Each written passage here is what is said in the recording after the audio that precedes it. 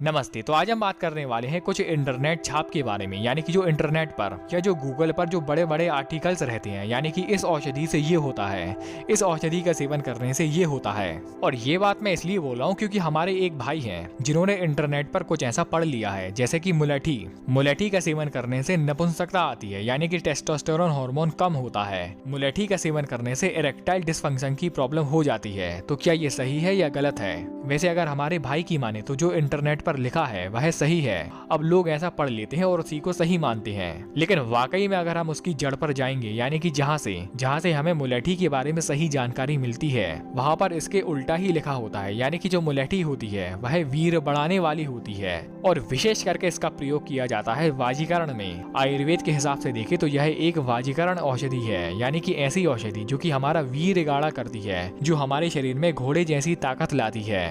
अब गूगल की बात करें, यानी कि इंटरनेट की। अब XYZ कोई भी ऐसा व्यक्ति है जिसने इंटरनेट पर ये आर्टिकल छाप दिया।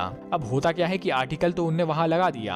अब उसको पढ़ने वाले जितने भी व्यक्ति उसको पढ़ेंगे, जैसे कि हमारे भाई का ही एग्जाम्पल ले लें, या इनके जैसे ही अलग कोई भाई ने उसका आर्टिकल पढ़ा होगा, तो उसको तो ये गलत जानकारी मिल गई। अब वो क्या करेगा? मुलेठी का सेवन नहीं करेगा। मतलब कहने का मतलब ये है कि जो गलत जानकारी होती है जो कि इंटरनेट पर अवेलेबल है, तो उस जानकारी को तो कभी भी सही ना माने।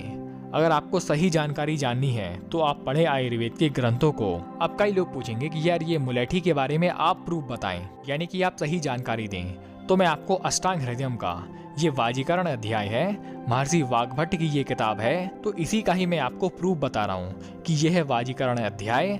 यहाँ पर मुलेठी के बारे में कहा गया है, जैसे कि यहाँ पर कहा गया है कि मुलेठी को घी और मधु विषम मात्रा में, इन तीनों को अच्छे से मिलाकर ऊपर से दूध पीने से, इस तरह से अगर कोई व्यक्ति इसका सेवन करता है तो वह व्यक्ति रोज सहवास करने के लिए समर्थ हो जाता है। तो यहाँ पर तो मुलेठी के बारे में एकदम उल्टा लिखा गया है, यानी कि मुलेठी का सेवन करने से तो सेक्सुअल वीकनेस कम होती है। अब कईयों के मन में ये डाउट आया होगा कि यहाँ पर मुलेठी को घी के साथ लेने के लिए बताया गया है, यानी कि घी होता है वीरवर्धक, तो इसी वजह से ही यह वीर को बढ़ाने वाली हो जाती है। तो इसके लिए मैं आपको सिर्फ मुलेठी के, यानी कि भाव प्रकाश निघंटू में सिर्फ मुलेठी के बारे में ही बताऊंगा। जैसे कि आप पढ़ सकते हैं कि मुलेठी मधुर यानी कि मीठी होती है, तासीर में ठंडी होती है, यह चिकनी होती है, बल को बढ़ाने वाली होती है, वृक्ष यानी कि यह वीरवर्धक है, रसायन यानी कि यह रोग प्रतिरोधक यानी कि ओज को बढ़ाएगी, कफ शामक यानी कि यह कफ का शमन करेगी, और इसी तरह से ही यह हमारे स्वर के लिए, नेत्र के लिए, मूत्र जनन है, वर्ण रोपक, तो ये सारे अलग अलग इसके गुण होते हैं। इसी तरह से ही बहुत पहले एक बात उड़ी थी कि आंवला खाने से नपुंसकता होती है, जो कि बिल्कुल गलत है, क्योंकि आयुर्वेद में इसको उल्टा ही कहा गया है, यानी कि आंवला होता है वीरवर्धक। ले देकर बात यही है कि आपको सिर्फ उसी बात को मानना है जो कि ऑथेंटिक है, जो कि आयुर्वेद के ग्रंथों में लिखे गए हैं। क्योंकि गूगल या इंटरनेट पर कुछ ऐसे लोग हैं जो कि अपने ही एक आर्टिकल बना देते हैं, और कुछ ऐसे समझदार लोग हैं। अब मुश्किल ये हो जाती है कि किसी चीज को सही माने। तो इसके लिए आप क्या कर सकते हैं कि आप नीचे कमेंट बॉक्स में आप पूछ सकते हैं कि क्या यह जानकारी सही है या गलत है। तो दोस्तों आज के लिए सिर्फ इतना ही।